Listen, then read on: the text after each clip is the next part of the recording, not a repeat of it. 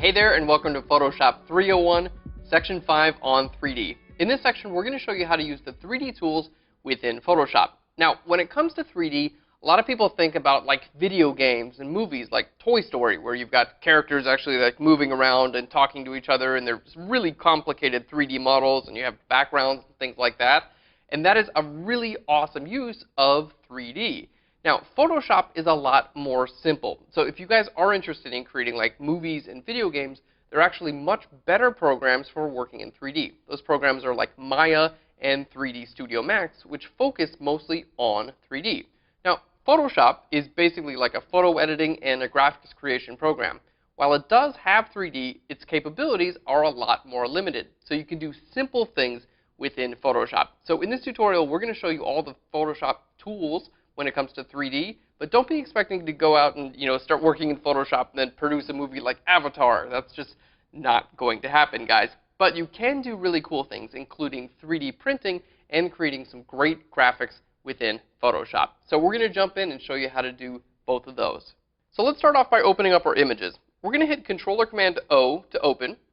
Now we've got here in our Photoshop 301, Section 5, here in our Images folder, let's go ahead and hit Controller-Command and open both of our TIFFs. All right. Now we're going to start off with our Flurn document here. So F for full screen.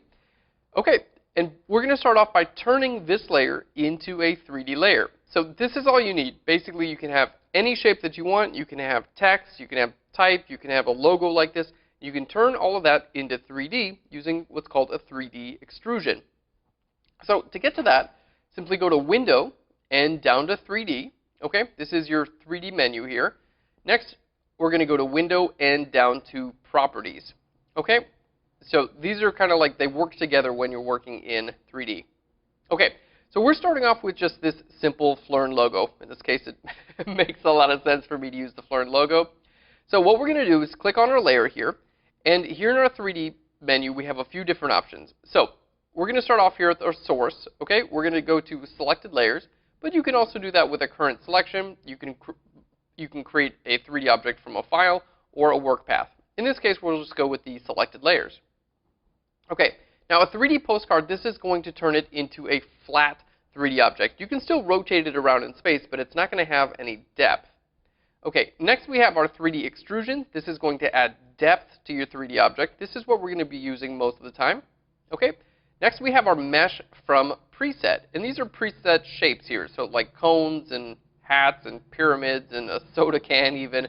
You can create all these presets within Photoshop.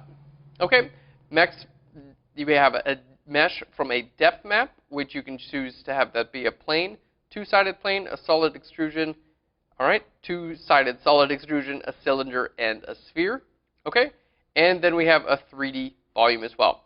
Now, in this case, we're going to be working with a 3D extrusion.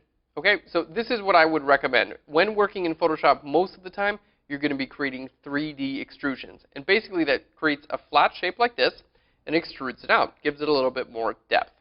Okay, so here on our layer, we've got 3D extrusion selected. I'm going to hit Create. There we go. Now I've got basically a little message saying the document default IBL.TIFF has an embedded color profile. We'll explain that in just a minute. For now, I'm going to go ahead and just convert that to our working space. Okay, let's hit OK there. All right, if you don't see that message, don't worry about it. Now, it also totally changed my window, my workspace. So from Window down to Workspace, you can see it changed it to my 3D workspace. Now, I actually don't prefer my 3D workspace. We're going to go back to the Flurn workspace. All you need when working in 3D here is your 3D panel and your Properties panel. That's all you need. And you can get to both of those by going to Window and 3D and Window and Properties, just like we clicked earlier. Okay, well, let's go ahead and click on this arrow. We're going to take a look at what is included within 3D in Photoshop. So basically, everything here makes up what's going on in Photoshop when it comes to 3D. Okay, so let's go ahead and start at the very top. First, we see our environment. Now, our environment, this is actually what is like lighting the entire scene. So earlier when it said there was a profile mismatch for the .ibl file, that's right over here. So basically, it's loaded a file that each one of these different lights here, these actually are lighting my scene. So you can load in images, for instance. If you, for instance, took like a 3D capture of a room and had that loaded in, you could actually light your scene with that image, which is pretty cool. Now, for default, we're just going to be using the IBL that's loaded in here. But basically, that stands for image-based lighting. I'm pretty sure it's image-based lighting.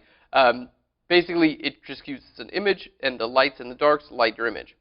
Okay, now here you can change your color and your intensity. So this is how much light you're going to get on your entire image. Now, you can use lights in your image, okay? By default, you're going to have a light. In this case, we have this infinite light here, but this is basically like your ambient lighting. Think of this like ambient lighting.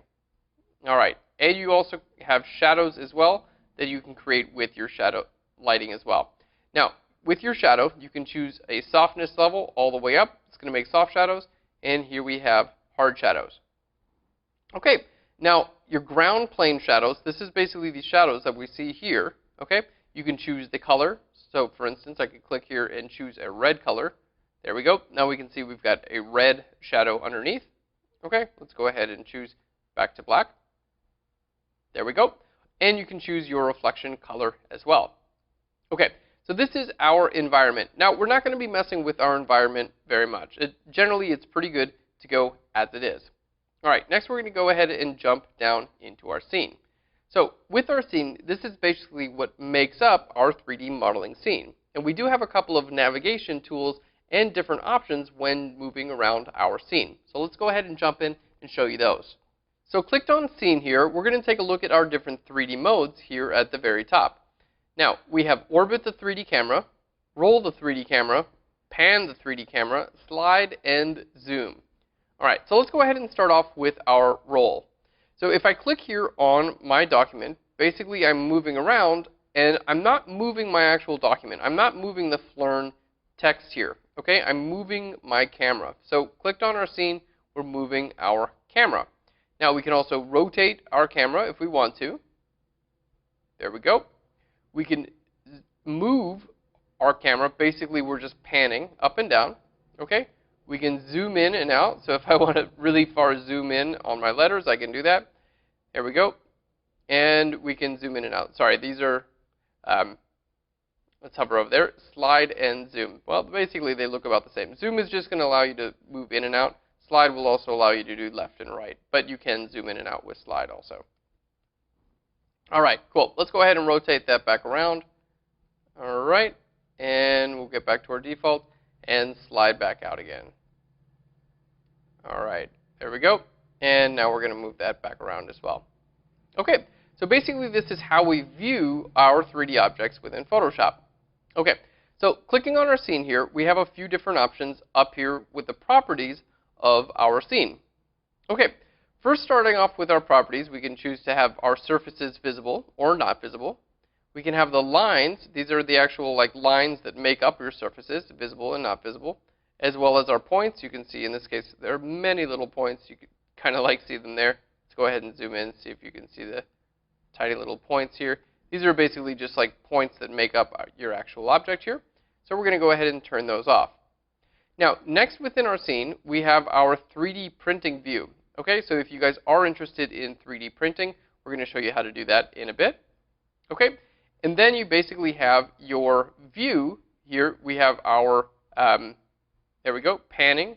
We have our rotation. Okay, and we have scaling. Now in this case, there is no scaling for our scene, but we can go ahead and we can go ahead and reset both of these views. All right, and let's go ahead and zoom back out. All right, there we go. Oh, we seem to have lost our entire scene. Not a big deal. If you lose your entire scene, go to your current view.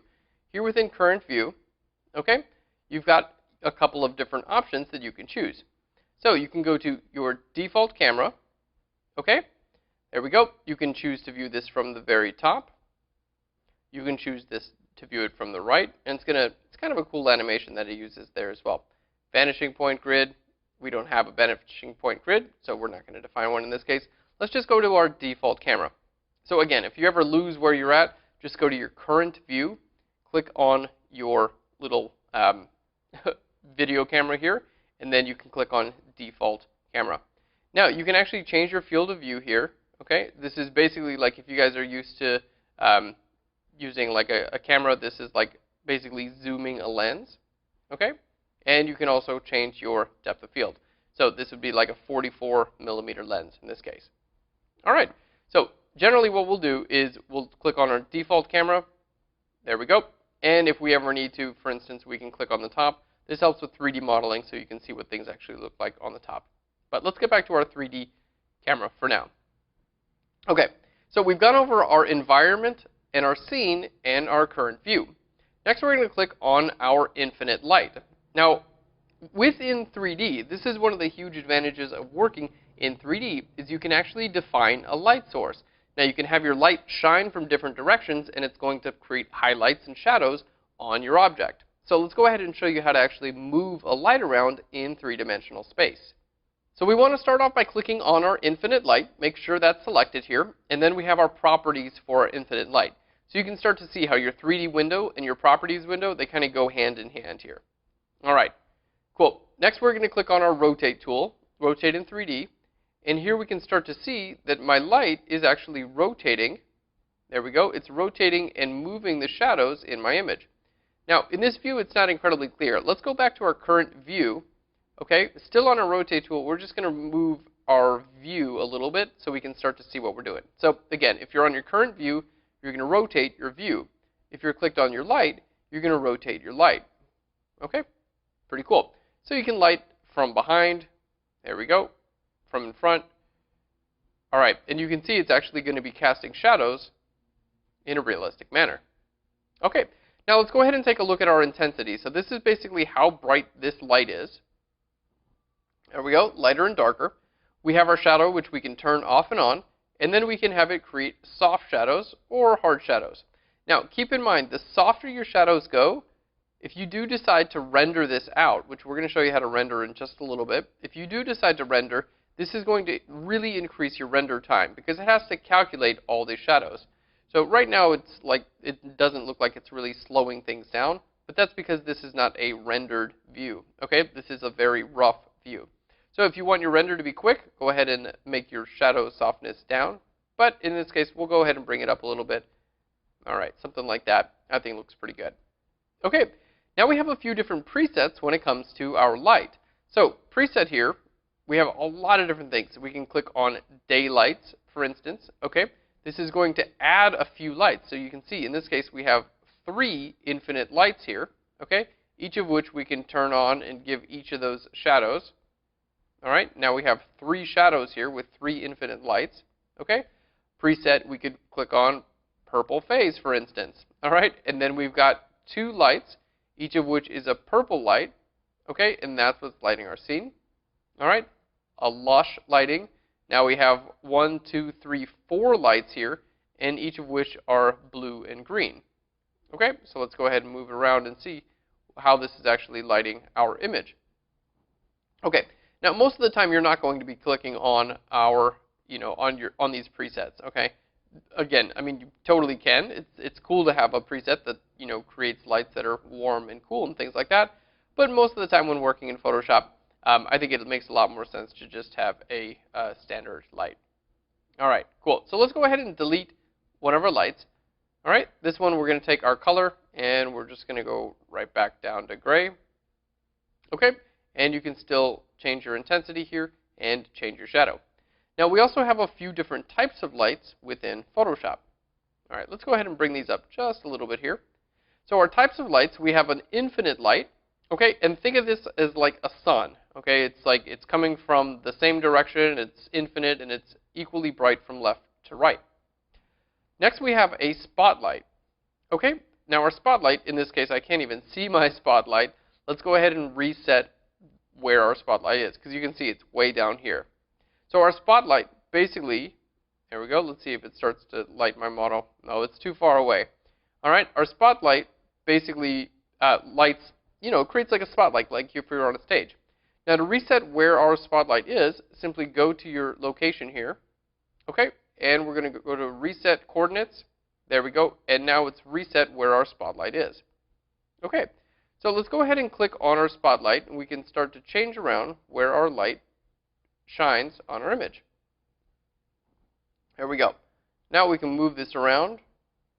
Okay, I'm going to click on my current view here and see why is my spotlight not shining on my letters. It's because it's actually below my letters. So let's click on our spotlight here. Let's make sure to move this up. There we go. Click on our spotlight. You can use these arrows. There we go, to make sure it moves. Now, sometimes it can be confusing because on this view, it looks like it should be lighting my letters, right? Well, that's why we have a few different presets within our view. So let's click on Current View. I'm going to click over here to Top. Okay, Top, and then we're just going to zoom out, okay, because I'm like, where is my spotlight? It's over there, okay? So let's go to our spotlight here. Okay, we're going to use the Move tool with our spotlight, and I'm just going to move my spotlight around. There we go. And let's go ahead and move it. Now you can start to see, oh, okay, cool. It is actually shining on my Flirn letters now. And you can see there's the shadow. Now you can change your width here of your spotlight. All right, there we go. Let's go ahead and click on our angle. There we go. And we have our hotspot angle as well. Now we can click on our current view and simply move our current view around. Okay, cool. And there we can start to see now our spotlight actually is shining on our Flirn. There we go. Let's go ahead and click here on our spotlight again. Okay, we can change our cone angle. So click on your spotlight, go right here, and we can change our cone angle. This is basically how much fall off we have with our light. And we have our hotspot angle as well. There we go. That looks pretty cool. And we can change and rotate our, let's click here. We can rotate our actual light as well. So we can have this point. Let's go back to our current view. All right, so we can have this point. Let's click on our, there we go. Right here in the center, and here are rotation tools. So you can have this point wherever you want on your 3D object. Okay, and you can see it is creating a shadow on the 3D object as well. All right, now within these tools, you see we have a few different options here. So our first option here is our rotate. If you hover over, you'll see a round icon. Okay, that's going to allow you to rotate. You have X, Y, and Z. So 3D contains X axis, Y axis, and a Z axis. Okay. Next we have our move. All right. So we can move this on an X axis, Y axis, and Z axis as well. There we go. That looks pretty cool. And in this case, we don't have scale, but when it comes to objects, we will have scale. So we'll show you how to do that in just a minute. All right. Let's go back to our current view and use our rotate view tool. And there we go. That looks kind of cool. Let's go ahead and zoom in a little bit more. All right. And rotate that back around. So we have Flirn, and let's go ahead and pan that over there. Okay. Now, in this case, that looks pretty cool. Let's say we're done. We're like, man, I'm a 3D master. I want to see what this actually looks like, because right now we just have a rough view. I want to see what this actually looks like when rendered out. So now we're going to show you how to render. Keep in mind here, Photoshop takes a long time to render. So this is something you can hit render and go out, hang out with some friends for a bit, and then come back and see how it renders. So we'll go ahead and show you how to render in Photoshop. Okay, so here within your 3D menu, this is your render icon right here. Okay, you can see it's going to say render here. This is right over here as well, and you can go to 3D and all the way to render 3D layer, or you can render this entire document to a file. So let's go ahead and render this 3D layer. Now, rendering basically calculates your light source. Okay, it's going to try to figure out what's going on with your light source here. It's going to try to figure out what's going on with your objects, and basically creates a bit more of a refined version of your image. So you see these like blue squares that are kind of like calculating around my image. Okay, and that's basically trying to figure out, okay, what would this image actually look like? All right, and this will take as long as you give it. Basically, renders take over 10 minutes most of the time.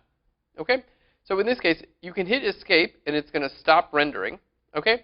Now, you could go ahead and save this out just like this. You could continue rendering simply by clicking on this button. But as soon as I click on my current view, and I rotate it around, you're going to see I'm going to lose my rendered image. So as I start rotating this around, you're going to see I lose what I had there.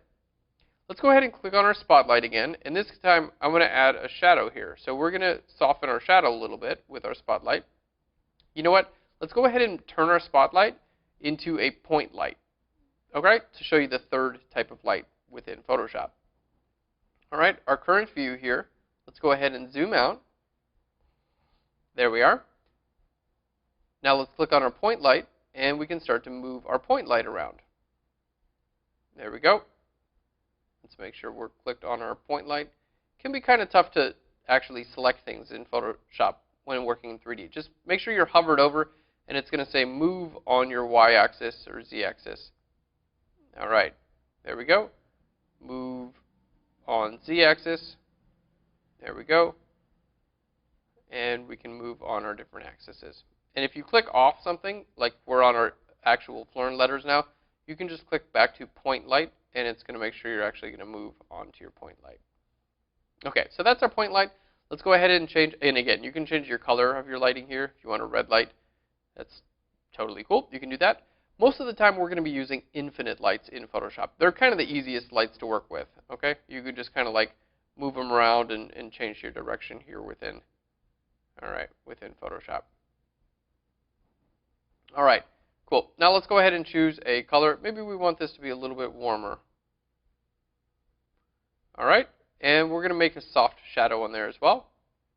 So our current view, let's go ahead and rotate this around. All right, and zoom in. There we go. Zoom out just a little bit more. So we can see this rendered view doesn't look exactly how we want it. All right, because it's not rendered yet. So this is when we would click render. And this is when it starts to take the shadows into account, the highlights account. So you can see our fuzzy edges here, they go from looking like very kind of speckly, and they'll just kind of like refine more and more over time. Now, in a minute, we're going to take a look at actually assigning different materials to our Flurn logo here. Right now, it just has a basic material set onto it. But you're going to see as it renders out, it's just going to continue to figure out, okay, this is what this looks like, and basically it's the reason it takes a long time here is because it's doing what's called ray tracing, which is basically calculating like individual like photons, like little pieces of light that are like bouncing around the image and causing shadows and highlights. So it's a pretty intense thing for a computer to have to do. So it takes a little while. Okay, there you can see it's just kind of like as it renders and renders, it's just like kind of refining it a little bit better each time. All right, let's go ahead and hit escape. Okay, that's going to stop your current render. All right, and then you can see as soon as I start to move it around, we now have a non-rendered version of it. Okay, which is totally okay. Okay, that looks great. Now, let's go ahead and click on our layer 1. So this is our layer here. Okay, this is our actual Flurn word, and we can start moving this around. Now, our first property here, we can have this catch shadows and cast shadows. So if we want it to not cast shadows or cast shadows, we can have that be here on our options. We can have it be invisible, so you can have it just cast shadows if you want. Okay, you can choose your extrusion depth here. So, for instance, that may be something you really want. In this case, we're going to go quite a bit thinner. I think that looks a little bit more natural. Now, also, let's say, in this case, our Flurn word is kind of like floating in the middle of nowhere, right? It's not anchored to anything. All right? So let's go over here to our actual coordinates here. All right? And we're going to reset and hit reset and hit reset. There we go. So this is going to give us basically completely reset. Now our document is not moving around at all.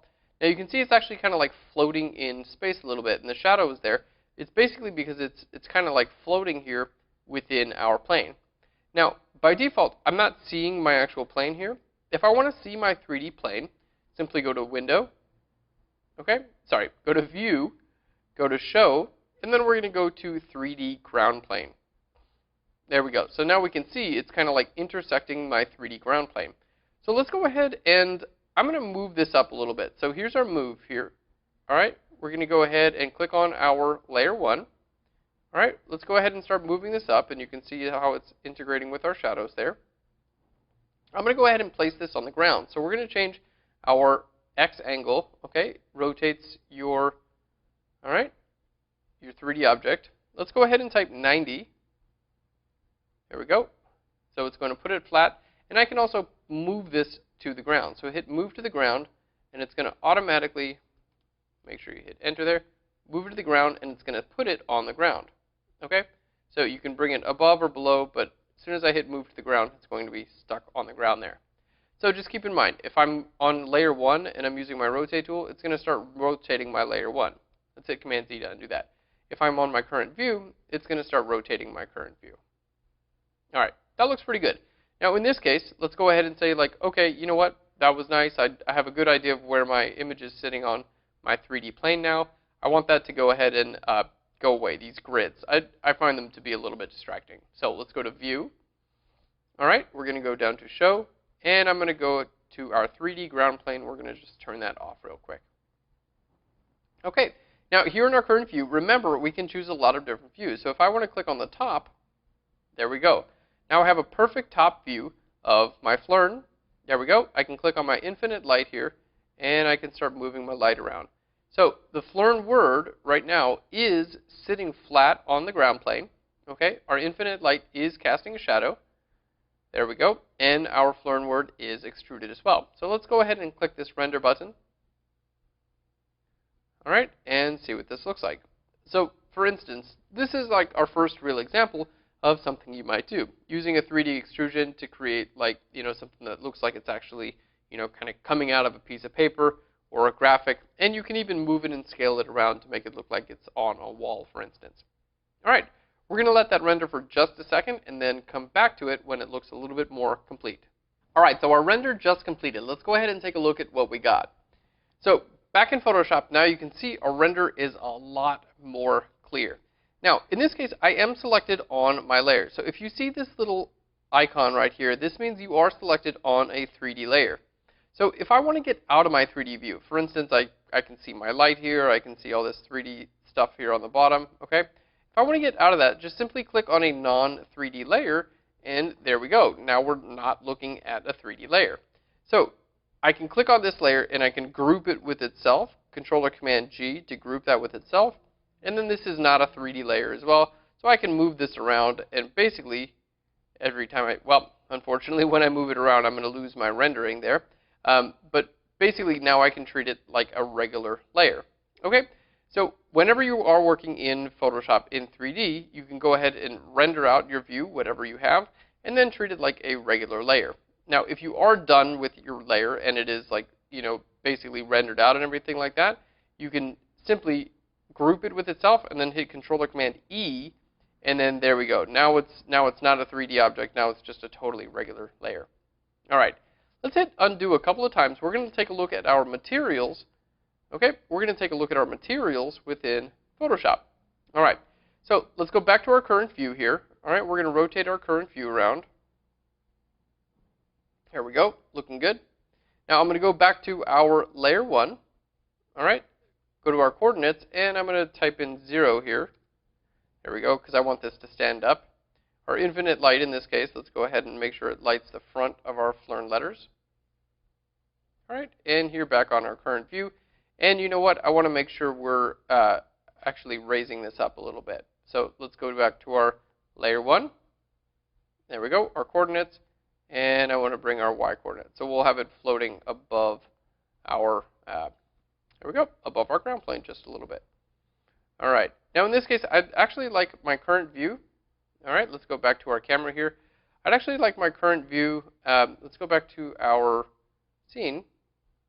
Sorry, there we go, our current view. I'd like this to be on our default camera. There we go. And my field of view, I'm actually going to change this because it right now is just a little bit too wide angle for me.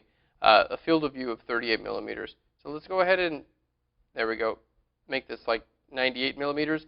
This is similar to what you would actually use on your camera. And then I'm going to zoom out. Okay? So it's just like, it has a lot different perspective now instead of like looking so wide. There we go. just a little bit different. All right, and let's go ahead and move that over. Great. So we've gone over our environment, as well as our scene, our current view, and our layer. Now, let's go ahead and open up our layer. Now, you're going to see this is going to be like, whoa, that's a lot of stuff in there.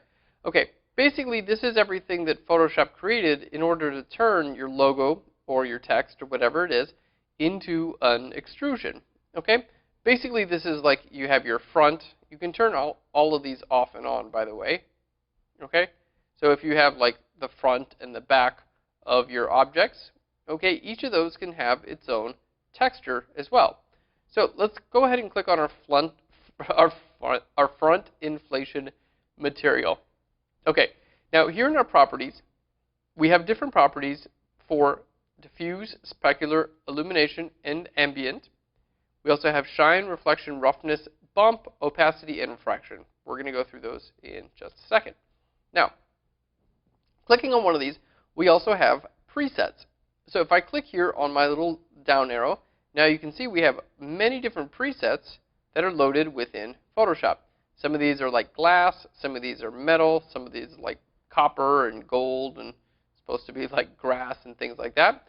So we have presets here, okay, and basically all these presets do are define. All right, let's go ahead and click on this one here. So we're going to click on this preset here, and now we're going to give all of our different objects. So the Flern, this Flern texture here, it's made up of a few different sides. So each of the side gets its own material. Let's go ahead and make sure that each of the sides is getting the same material. All right, cool. That looks cool. Let's go ahead and hit render and see how that looks. It's just going to take a little while, but we do have some transparency built into here as well. All right, so it's going to kind of figure out what this actually looks like. It's going to look like kind of like green frosted glass. All right, and this will just take a minute to actually render. All right, we're going to come back when it's fully rendered here. All right, guys, our render just finished up. Let's go ahead and jump back into Photoshop. So now you can see our Flern text actually looks like green glass, and we've got some transparency here and the shadows, and you can even see the shadows through there, which is really, really cool. So let's go ahead and we're on our layer 1, which is our Flern logo here. Okay, let's go ahead and click on our layer 1 front inflation material again. There we go, and now we can see this is basically our material. So let's go ahead and go back to a standard material, and we'll show you guys basically like how these materials work. Now you can load materials in Photoshop simply by clicking on this gear icon, going into load materials, okay, and it's going to go to, basically it's going to tell you can download and install them by going to 3D and get more content. So you can hit OK there and basically load materials in here, or you can go to 3D there and get more content, which is basically going to take you online to a website where you can download more materials. Okay, so here we have diffuse. Now this is our main color of our object. So you can see if I click on diffuse and then go to like a blue color here, this is basically the color of our object. All right. Next we have our specular, and this has to do with the highlight color of our object. Now on a round object, you're going to see a lot more specular highlights than you would here, but there you can see as I start to bring my intensity up of my color a little bit. All right, there we go. We've got some of our highlight kind of highlight color coming through our blue color. There we go. And here's a little preview. So basically you get the idea. This is our main color here and our highlight color. Now if you want to make it actually look like it's lit, like from the inside here, you can give it a color. You can give it a, we'll just go to white here, and I can bring my intensity, and this is going to make our light actually look like it's being lit from the inside. So this would be like a light source, for instance. We're going to hit cancel there. Okay, and then we just have ambient light, and this is basically just like affects the entire material here with a little bit of ambient color. All right, and generally we're going to have that set to black. All right, next, all these are pretty self-explanatory. We have our shininess, and here you can see a preview of what our shininess does. Here we can see with no shine, we just basically are seeing our specular color. Our specular highlights go smaller and smaller and smaller as we bring up our shininess. There we go.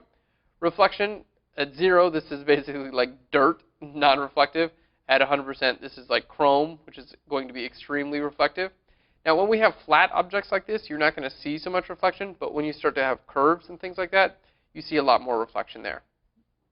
Okay, your roughness basically has to do with how, there we go, we can see our edge there, with how rough our edge is. So here we have like a very smooth surface, and this just brings up our surface making a little bit more rough.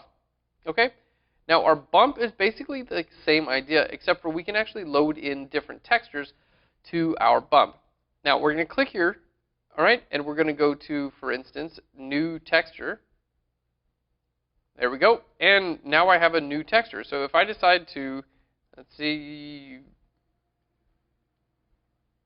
draw my name, hit Command S to save this, and then close it out, now I'm going to actually see that becomes a bump map on my texture. Okay, let's go ahead and give this like a real quick render to see what that looks like. Basically, it's going to create highlights and shadows in those areas. Okay, rendering this as like, this basically would be a bump. Now, if you did have something that is a little bit more like complex, like for instance, you could do like, if you were trying to do something like asphalt, and then you had a picture of the asphalt with it had the highlights and the shadows of each individual rock, it would actually make it look like it has the bump basically of that picture. So you can use basically photographs as bump maps, which is pretty cool. So here we can see it's just kind of rendering out the highlights and shadows of that. All right, let's go ahead and hit escape again. Now in this case, bump map, we're going to go to remove texture. We don't need a bump map on there. Okay, opacity is the same like a layer opacity. Basically makes it less visible or more visible. Okay, and refraction has to do with how it actually like bends light. So as light sources enter it, like think of like a glass of water, light kind of enters it from one direction and like bends it around. That's why you see a bit of distortion. That's how refraction works there. All right, cool. So those are our different materials within Photoshop. Now, we've got an idea of how our material works. We've got an idea of how our 3D works. The last thing we're going to take a look at, let's go ahead and close this up here. All right, we know our default camera. We can go ahead and click on that. There we go. Cool. And our infinite light.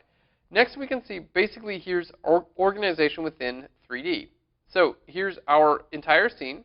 This is going to filter by meshes, filter by my materials, and just by lights. So for instance, if you just want to see your mesh, okay, now in this case, our mesh is the flern. That's basically the objects, okay?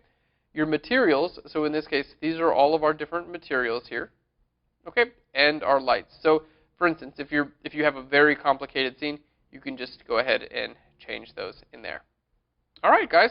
Well, that basically gives us a basic understanding of our, there we go, of how 3D works in Photoshop. Now, all of this is basically just like showing you guys how the 3D and the properties actually work.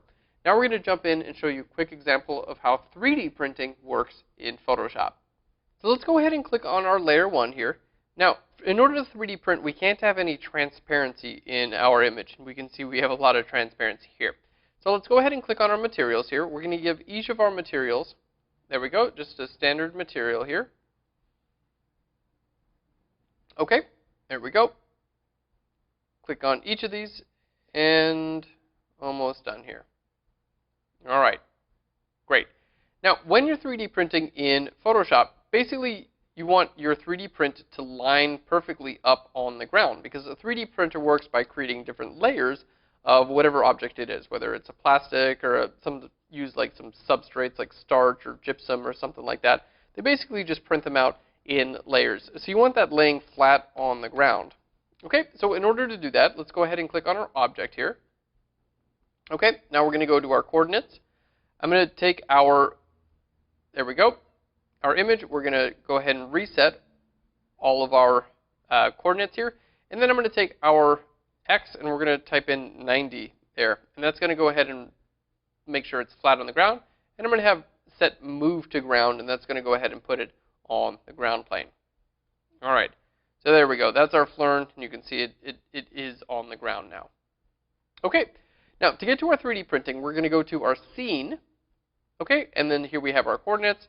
This is our settings within the scene, and then we have a printer with a little plus icon. So we're going to go to our 3D print now, and here we're going to see this is an actual preview of what our 3D print is going to look like.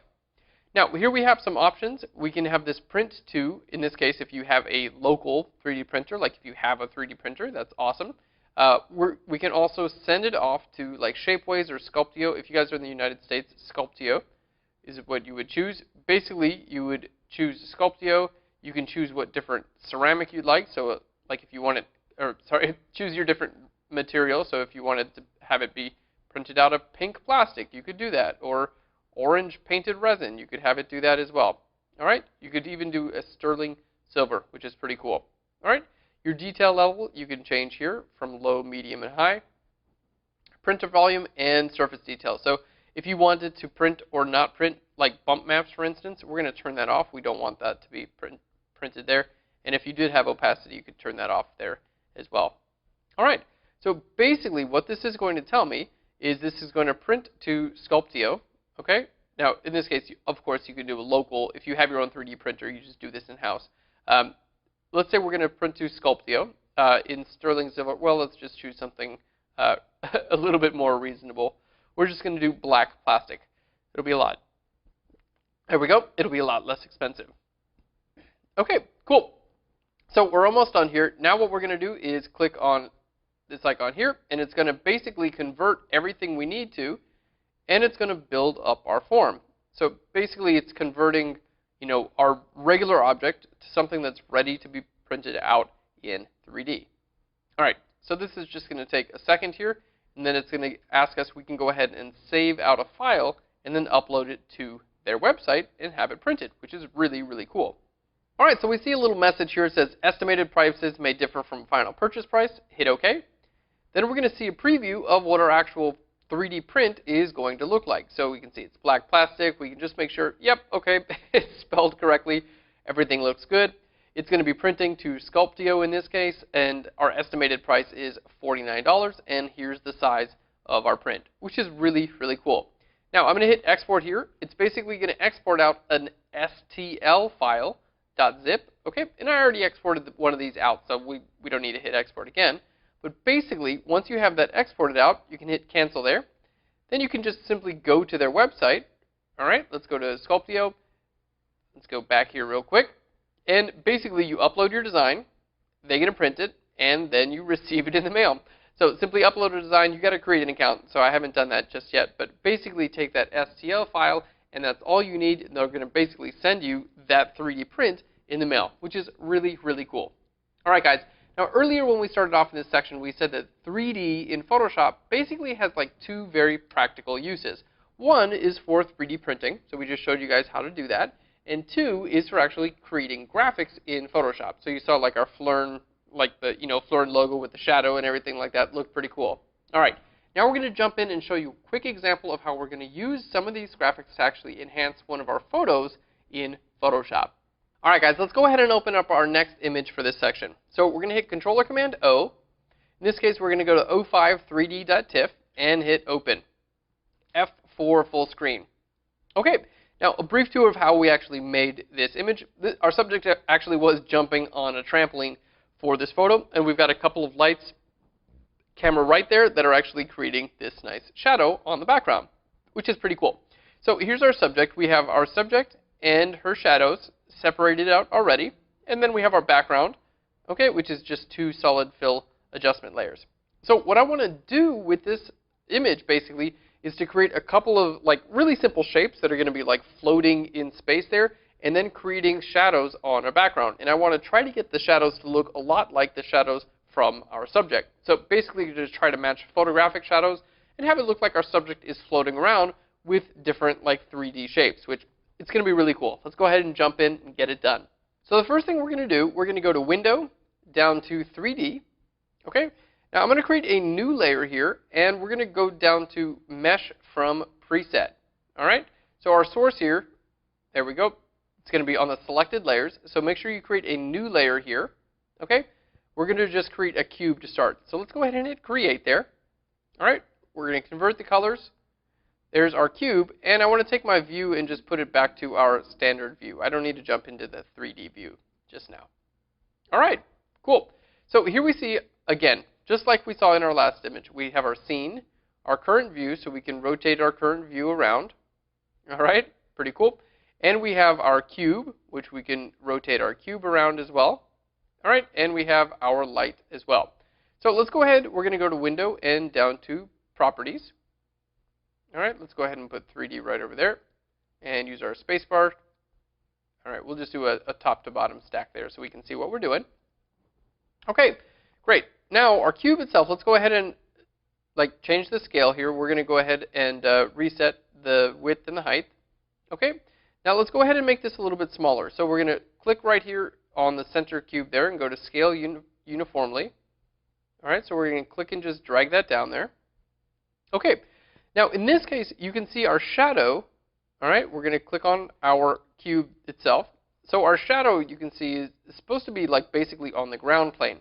Well, let's make sure we go ahead and reset the rotation of our cube, and I'm going to hit Move to Ground.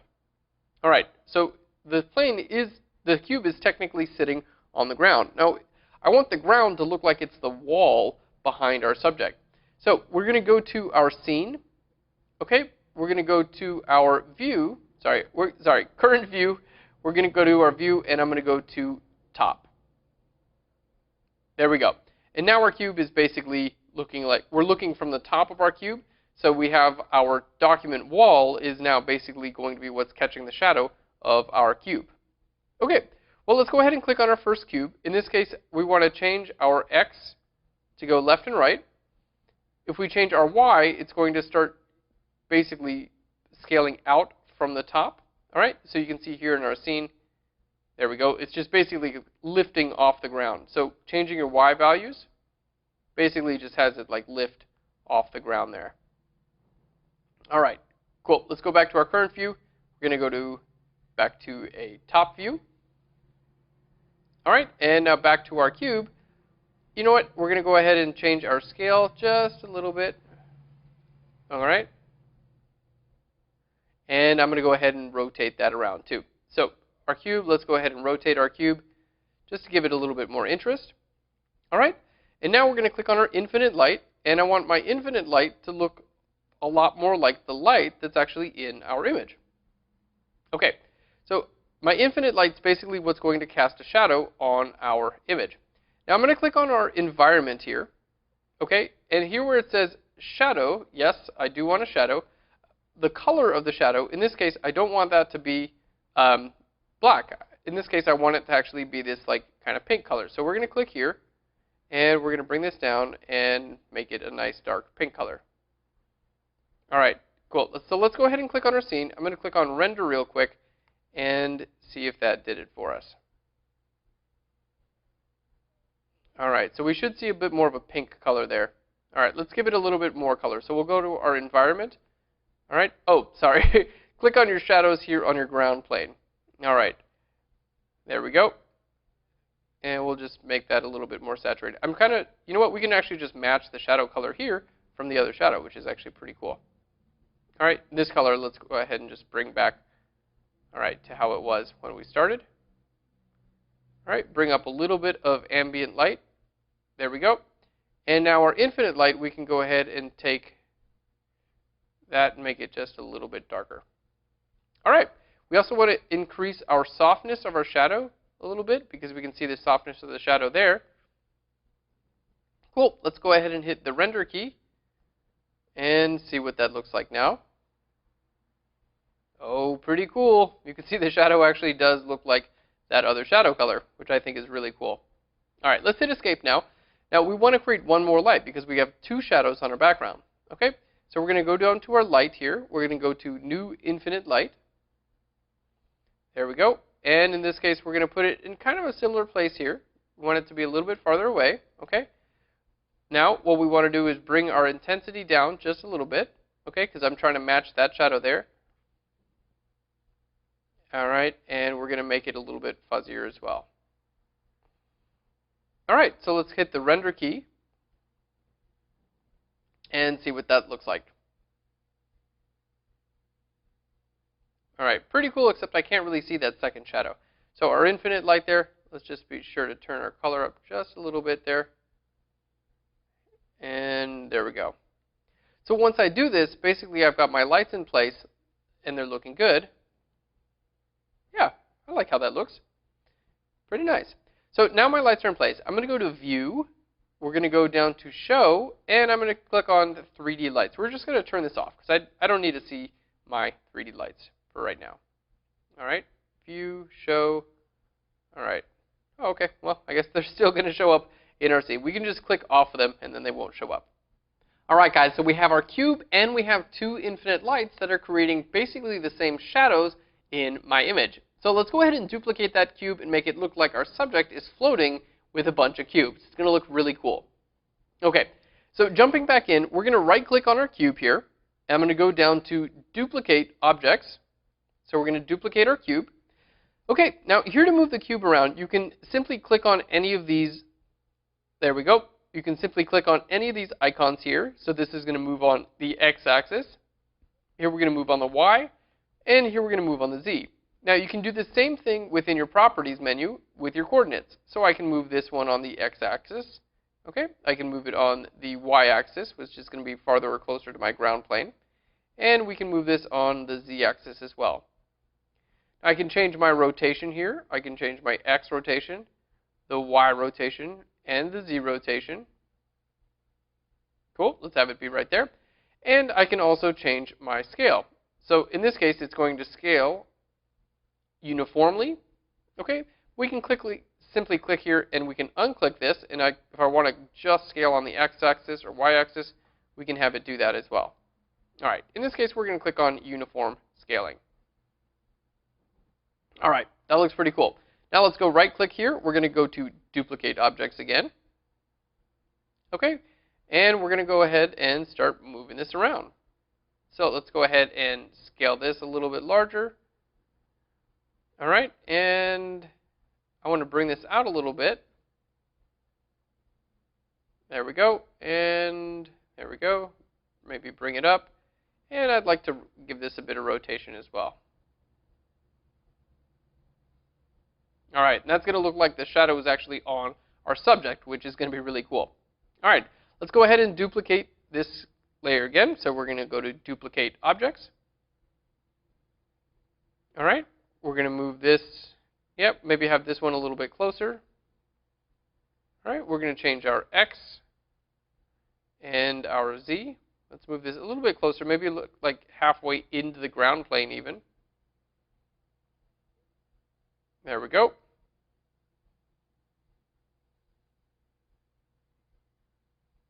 All right, and we'll go ahead. You know what? I'm going to pull that back out just a little bit.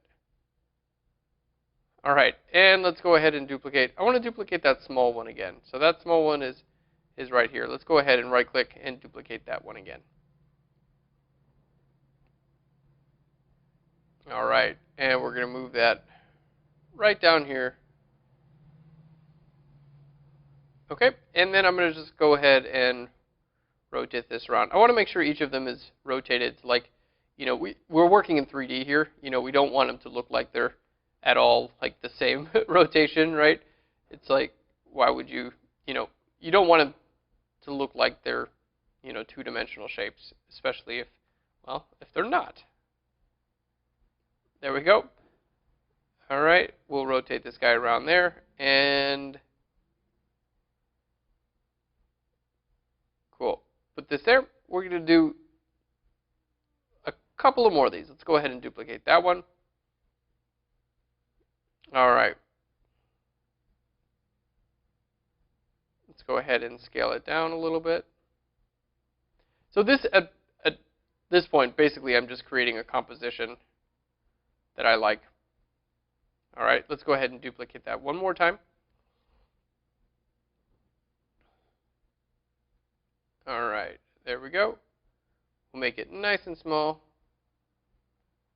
And put this one closer to the ground. All right, and I'm going to do one more. It's kind of addictive here. All right. Cool. And bring this over top of our subject here. And now our... Cool. And we'll go ahead and rotate this around a little bit more. All right, and let's make sure to rotate this one around too so they don't look the same. All right, this looks great. All right, guys, so now we've got a bunch of three-dimensional shapes on our image. Let's go ahead and render this out and see how it looks without any textures defined on our cubes. Our image is done rendering. Let's go ahead and take a look. Okay, so jumping back in, I think this looks awesome. Now, there's one thing that I would like in this case, because we do have such a cool color scheme going on with this image. I'd like if our cubes, instead of just being this gray color, I'd like it if they actually represented some of the colors that were in our scene. Okay, well, let's go ahead and start off with one of our cubes here. Let's go ahead and turn this one off and on. Okay, we have our front material here. All right, and now let's go ahead and see what different types of materials we can use.